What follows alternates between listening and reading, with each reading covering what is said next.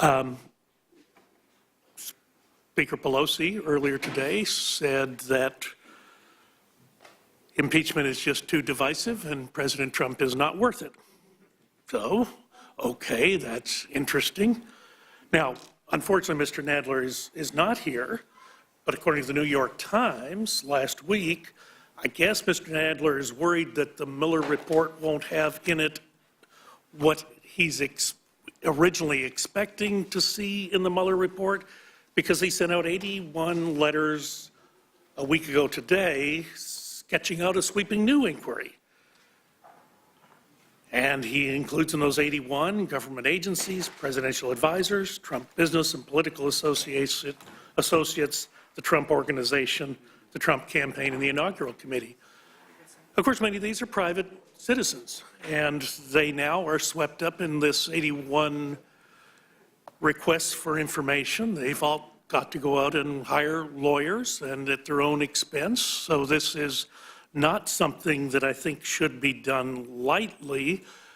But again, I think it comes back to the Judiciary Committee, and particularly the chairman of the Judiciary Committee, who has said in previous recitations that he is planning to proceed with impeachment. Now, notwithstanding what the speaker said today, that perhaps there's a disagreement there, but sir, if I may, let me finish, sure, please. Sure. Nevertheless, you're going forward with 81 separate investigations to various people. And again, I would just point out to you that those are all, some of those are just folks are not of large political presence. They're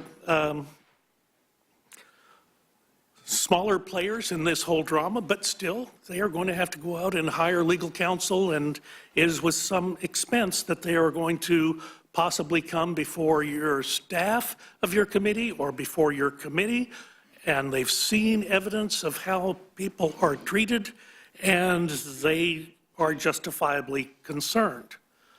Now, I share that concern because it was in your committee, the Judiciary Committee, on February 26th, one of the Democratic members, Representative Deutsch, mischaracterized the work being done by the Department of Health and Human Services to care for unaccompanied alien children by stating that the Office of Refugee Resettlement created an environment of systemic sexual assaults by HHS staff and on unaccompanied alien children.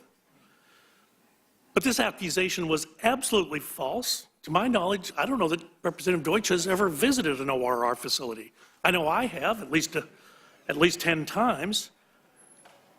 His comments discredit the effort by ORR employees to deal with a problem that was created not in this administration, but previous administrations, when the care of unaccompanied alien children came within the purview of the Office of Refugee Resettlement. Look, if you don't like the work that ORR is doing, then you are in the majority and you're the appropriate committee that could change that authority. Following the claims by Representative Deutsch, Acting ORR Director Jonathan Hayes sent a letter detailing the facts of these sexual assault allegations and requested an apology from Representative Deutsch. To the best of my knowledge, he has not received that apology. And I am going to ask that the entire letter that was sent to Representative Deutsch be entered into the record, but I do want to read a portion of it because I think it's instructive. And this is a letter from Jonathan Hayes to Representative Deutsch. Dear Representative Deutsch, at the February 26th House Judiciary Committee hearing, you stated that ORR created an environment of systemic sexual assaults by staff on unaccompanied alien children, and went on to conclude that you have seen thousands of cases of sexual assault. However, this is unsupported by the data that you provided, and none of the allegations involves HHS employees. By negligently mischaracterizing the data during a televised hearing, you impugned the integrity of hundreds of federal civil servants who, like Commander White, worked tirelessly to ensure the well-being of the nearly 50,000 unaccompanied alien children who have been charged by federal law to protect.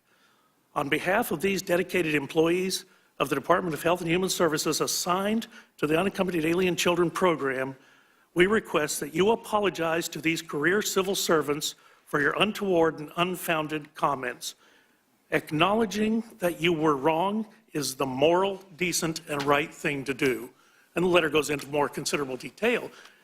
Unfortunately, Chairman Nadler is not here, but I hope you will take this information back to your chairman, and I do request that the individual who made these allegations against these dedicated federal employees, civil servants, provide the appropriate apology that Mr. Hayes has requested. And now I'll be happy to take the question that the gentleman from Tennessee had. Thank you. I just wanted to clarify, Doctor, that I've kept very close attention to Mr. Nadler's statements on impeachment, and unfortunately, I have to tell you, he has never said he was for impeachment. He has specifically said he's not. He's just for oversight, for going down the road of letting the American public know what's happened during this administration. He has never said he was for impeachment. If he had, I would remember it well. You apparently weren't on the Amtrak train, but nevertheless, No, I think the data that is being collected that Chairman Nadler is requesting, the fact that we're here talking about the Miller report that has not even been released yet, I think points in a general direction. You may think that Russia did something wrong in the last election, but let's be honest, you think President Trump did something wrong, and that something wrong was that he won an election that none of you expected him to win. Was that a hypothetical question? He may think that Russia did something wrong. Are you not agreeing to that? Look, the point is that the reason people are upset with the president is that he won an election that you did not think he could win. And we've heard that over and over again. You thought he could win? Sir, I didn't think he could win, but that's not why I'm upset with him. I'm upset with him because of what he said about people who fine people on both sides in Charlottesville. I'm upset with him because of what he said about Muslim people. I'm upset with him about what he said about women. I'm upset with him with his policies concerning children and their opportunities. I'm upset with him for saying that he didn't think Putin wouldn't have lied about interfering with our elections. I'm upset with him for so many other reasons, not with the fact that he won the election. I'm upset with the way he has served as president. And yet, in every election that I can recall since I came to Congress, people, your side, has talked about rebuilding the middle class, and doggone it, this individual has done more to rebuild the middle class than any presidency since I've been in office. And I'll go a little bit further. You detailed a litany of things that you don't like about the president. This is the first president that has signed major sickle cell legislation in decades. Major sickle cell. There's a major effort on the part of the FDA and NIH right now to deal with sickle cell in a way that it hasn't been dealt with in a long time. Danny Davis's bill. Through our subcommittee, through work on the floor, Danny Davis's sickle cell bill became law and was signed into law by this president. This president signed the first major attempt to try to bring some rationality to the way that maternal mortality is reported in this country so that we can begin to do something about it.